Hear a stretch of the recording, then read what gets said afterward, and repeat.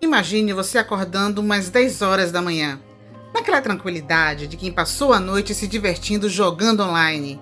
Sua família saiu, você está sozinho em casa e volta a fazer o que mais gosta: jogar. Até que toda essa vida mansa desmorona quando começa um apocalipse zumbi. Quase sem comida e sem poder sair para comprar. Sem água, sem internet, sozinho e totalmente comunicável. O que você faria? Nesse vídeo, vamos lançar um olhar sobre a natureza humana em #Alive. Mãe. Devia ter te ouvido e feito compras. Era para ser apenas mais um dia na vida do gamer de 1. Durante uma de suas lives, enquanto joga, alguns participantes pedem que ele ligue a TV para ver as notícias. Nisso, ele recebe um alerta de emergência pelo celular, como aconteceu no Brasil há pouco tempo. E ao se dirigir à sacada, vê o caos se formando na rua. Pessoas correndo, fugindo, sendo atacadas e se transformando. Acidentes, caos, tudo aquilo que esperamos ver no começo de um apocalipse zumbi. Ele escuta barulhos vindo do corredor. Como não consegue visualizar pelo olho mágico, e a natureza humana é curiosa, ele resolve abrir a porta. Um vizinho que havia sido atacado pelo próprio irmão invade o apartamento. O protagonista tenta impedi-lo, mas o vizinho implora por abrigo. Por fim, pede apenas para ir ao banheiro, prometendo que iria embora depois. Nesse intervalo, o noticiário começa a informar os sintomas apresentados pelas pessoas infectadas. Por prevenção, o gamer pega uma faca na cozinha e exige que o vizinho saia. Ele já começa a apresentar sinais de transformação, e ao tentar atacá-lo, acaba sendo finalmente expulso. Diferente de outros filmes do gênero, o protagonista aqui age rápido e começa imediatamente a pensar em maneiras de se defender de possíveis ameaças. Além disso, ele resolve reforçar a porta colocando uma geladeira atrás dela. Eu achei isso bem inteligente.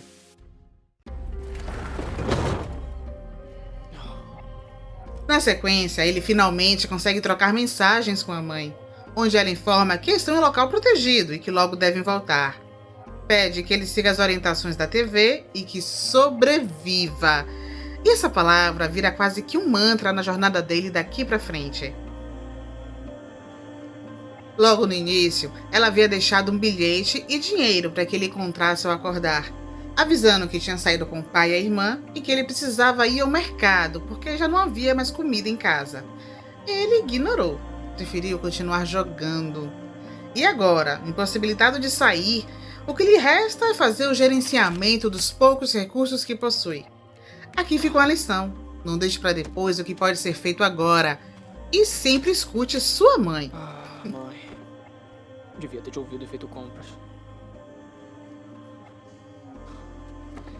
Já no segundo dia, os especialistas na TV tentam entender e repassar para a audiência as razões e os sintomas da epidemia. Enquanto isso, ele tenta entrar em contato com os pais, mas não consegue. As linhas estão congestionadas ou simplesmente sem sinal. Observe que o quesito comunicação parece ser um dos pontos mais críticos em situações assim.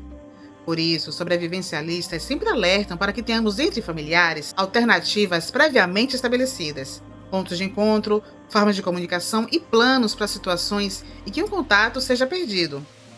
O que restava a ele agora era usar um drone, levando o celular o mais alto possível, na tentativa de restabelecer o sinal e conseguir contato com os pais. Mas a tentativa é frustrada quando a bateria do aparelho acaba.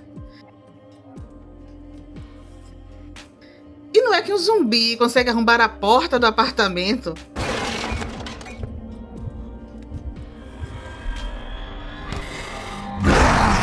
Mesmo usando a geladeira como proteção, o protagonista consegue se livrar dele de forma que exige velocidade de pensamento e boa forma física. Aqui vemos a importância de manter um bom condicionamento físico. Em momentos de fuga, podem ser necessárias velocidade, habilidade e força para sobreviver.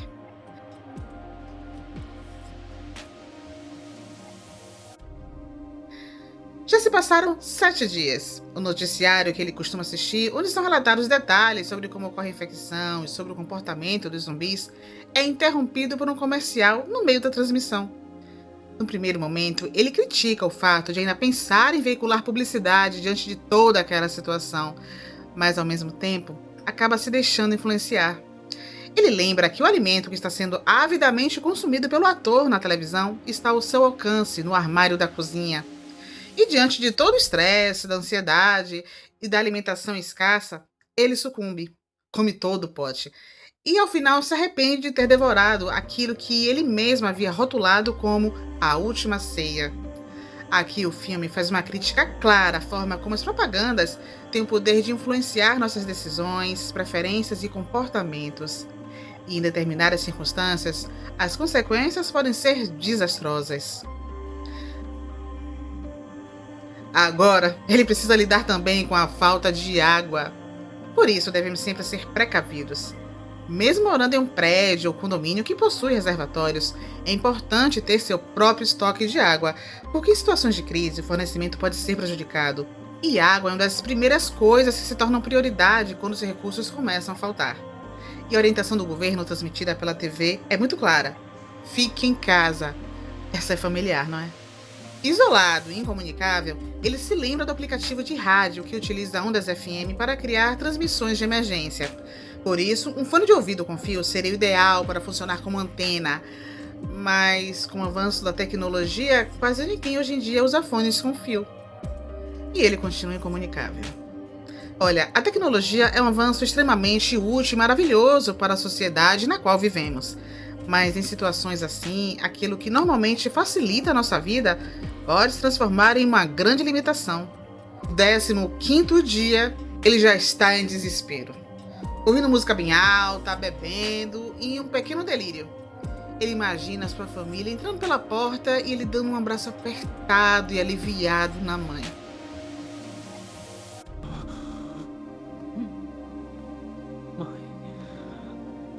O isolamento e a privação de coisas básicas podem nos fazer ter reações inusitadas.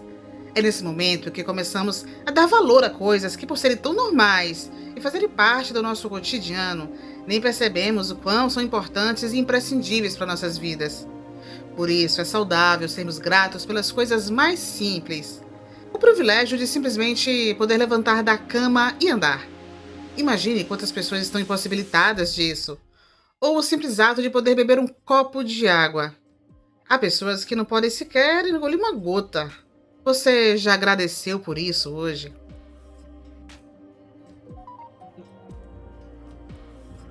Eis que, de repente, o celular notifica uma mensagem de voz. É a mensagem dos pais. Mas o que ele ouve é desesperador. Enquanto a mãe grava a mensagem, ao fundo ocorre o ataque dos zumbis à família, que até então parecia estar em um local seguro. Ele ouve todo o desespero deles. A situação extrema que ele enfrentava, até então física e mental, por causa do isolamento e da falta de recursos básicos de sobrevivência, ganha agora uma nova dimensão: o sofrimento emocional pela perda da família. O que esperar de uma pessoa que está vivenciando tudo isso? Ele pode sucumbir a uma depressão profunda e desistir de tudo. Ou pode ser tomado por um sentimento de raiva, vingança e uma coragem quase que desmedida, insana. E é isso que acontece com o protagonista. Ele pega um taco de golfe e sai do apartamento decidido a enfrentar os infectados. Mas, por serem numerosos, acaba voltando para o apartamento. Por isso, devemos evitar tomar atitudes de cabeça quente. Quando a razão não está no comando, o coração pode nos colocar em maus lençóis. Ainda tomado pela emoção, ele decide se auto-exterminar com uma corda presa ao teto. Até que um feixe de luz infravermelha invade seu apartamento pela sacada, focando o seu rosto. E agora, ele precisa desesperadamente se livrar da situação em que se colocou. Era uma vizinha do prédio em frente. Provavelmente ela observou toda a movimentação dele através do binóculo. E a reação dele ao finalmente conseguir contato com alguém depois de tanto tempo deixa claro como a solidão e o isolamento são terríveis para seres sociais como nós. Os dois, através de sinais, combinam um horário para se comunicarem no dia seguinte, quando se apresentam usando celular e tablet.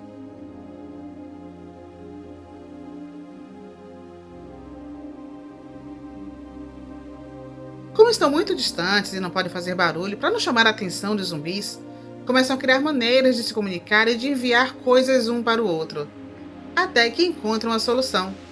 cordas amarradas às grades das sacadas, funcionando quase que como uma pequena tirolesa.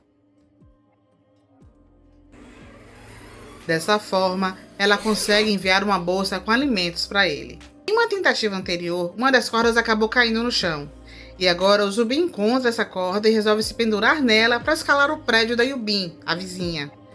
Depois do zumbi atleta, que falei na última análise, agora temos o zumbi bombeiro. Essa empreitada no infectado é observada pelo protagonista, que imediatamente alerta a moça. Ela acaba sendo atingida pela mesa, que o zumbi, ao puxar a corda presa ao móvel, acaba derrubando, fazendo-a desmaiar. Ao ver tudo aquilo acontecendo, o gamer procura meios de salvá-la. Ele tenta usar o drone, mas o aparelho é derrubado pelo zumbi. Mas a moça finalmente acorda e consegue derrubar. Poxa. Como é que eu vou sobreviver com isso? Ou de novo você consegue? Agora, sem alimentos, ele realmente precisa enfrentar os zumbis. Mas diferente da primeira tentativa, dessa vez ele se prepara. Lanterna, proteção nos braços, meios de defesa e principalmente um plano. Ele começa a explorar os apartamentos vizinhos, coletando tudo que pode colocar na mochila, inclusive rádios, comunicadores e alguns doces. E se tem uma coisa que eu imagino que faria muita falta em momentos de escassez, é um doce. E depois de tanta privação, certamente um pote de creme de avelã caiu muito bem aqui. E claro, ele se lembra da moça e devolve a bolsa que ela havia passado para ele com alimentos, com o radiocomunicador e o restinho do doce. A sequência dessa conversa é interessante, porque ele aproveita para agradecer por ela ter salvado a vida dele, no que ela responde dizendo que não salvou, que ele se salvou sozinho, que foi a vontade de viver que o manteve vivo. E ela fala isso olhando para o teto, onde havia uma corda pendurada e cortada, o que significa que ela também já havia tentado. Quando achamos que não existe mais saída e não conseguimos enxergar uma solução, a desesperança pode ser tão grande e insuportável que às vezes a única saída parece ser desistir. Mas sempre pode existir uma alternativa, e muitas vezes pode ser necessário buscar ajuda. Depois que uma horda ameaça invadir o apartamento, ela decide sair, pois o local já não oferece mais segurança. E faz isso descendo por uma corda com muita coragem e zero planejamento. Ele também desce. E os dois finalmente se encontram na rua. Depois de lutar e correr muito dos infectados, ele consegue resgatá-la. Eles entram no prédio, já que ela havia observado que aquele andar parecia ser o mais seguro e aparentemente também estava vazio. Mas, atraídos pelo barulho, os zumbis invadem o andar e os dois são salvos por um vizinho que os acolhe em casa. Ele oferece água e uma refeição aos dois. Mas Yubin demonstra o tempo todo estar desconfiada do anfitrião.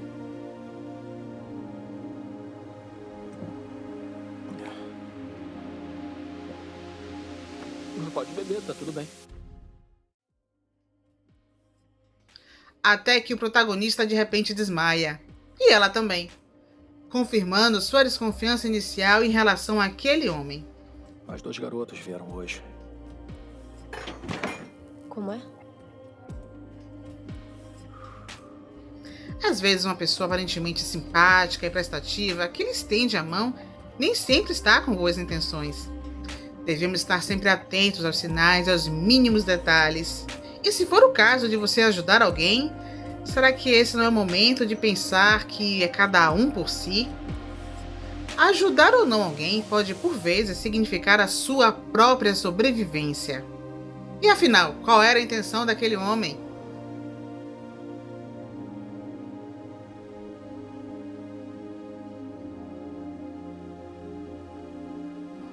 Alimentar a esposa zumbi que ele mantinha presa no quarto.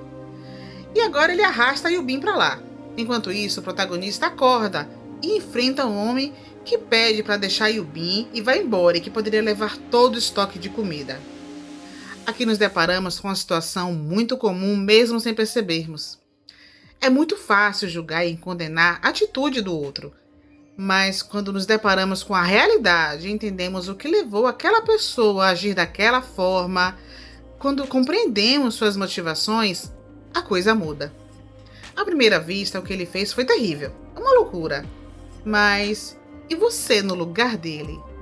Na cabeça dele, não era simplesmente um zumbi. Era a mulher que ele amava. E ele estava sofrendo por aquilo. E por esse amor, seria capaz de fazer algo terrível: sacrificar a vida de alguém. Não tem outra escolha. Espero que compreendam. Tá, todo mundo concorda que deve haver um limite razoável. E quem determina esse limite? E baseado em quê? E o Bin consegue se livrar da zumbi, que acaba atacando o marido e os dois acabam morrendo após levar um tiro. O barulho atrai a horda, que se dirige até o apartamento onde eles estão. Ela sugere que ele tire já que aparentemente não há mais o que fazer.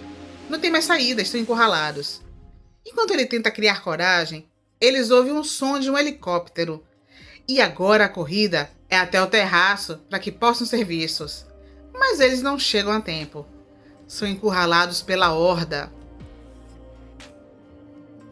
Até que, no último momento, o helicóptero retorna e consegue resgatá-los.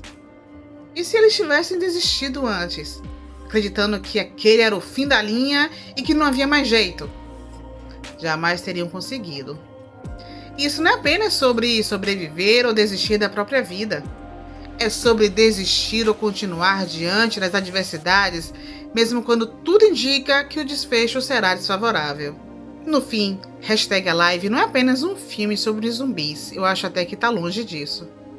É um filme que fala sobre solidão, resistência, resiliência, esperança e principalmente sobre a vontade de viver.